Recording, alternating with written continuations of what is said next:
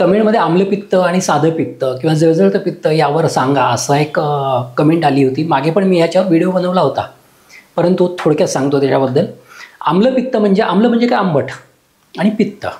आणि जळजळतं पित्त असं नुसतं पित्त असतं ते म्हणजे जळजळतं पित्त. त्याच्यामध्ये आम्लाचा काहीही सहभाग नसतो. तसं आपल्या पोटामध्ये हायड्रोक्लोरिक ॲसिड सिक्रेट होत असतं, ज्याला HCl म्हणतो आपण. आणि जेव्हा तुमच्या पोटामधला कफ कमी होतो, म्युकोजल लेअर कमी होतो, तेव्हा हेच पित्त तुम्हाला त्रास द्यायला लागतं. आणि त्याचे हायड्रोजन आयन्स असतात ते तुमच्या पोटाच्या भिंतीला जाऊन टक्कर मारतात आणि तुमच्या पोटाला आतमधून सूज येते. त्याला म्हणायचं गॅस्ट्रायटिस.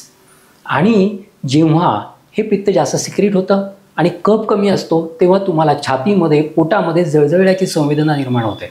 आणि हेच हायड्रोक्लोरिक ॲसिड जेव्हा त्याच्यामध्ये पाणी जास्त मिक्स होतं, त्याच्यामध्ये द्रवत्व जास्त येतं आणि तुमच्या पोटामध्ये जास्तीत जास्त आम्लत्वाचा प्रादुर्भाव होतो, आंबटपणा जास्त येतो आणि डचके यायला लागतात, मळमळ व्हायला लागते, उलटी केल्याशिवाय बरं वाटत नाही. उलटी केल्यानंतर पिवळं पिवळं पित्त बाहेर पडतं आणि तुम्हाला बरं वाटतं.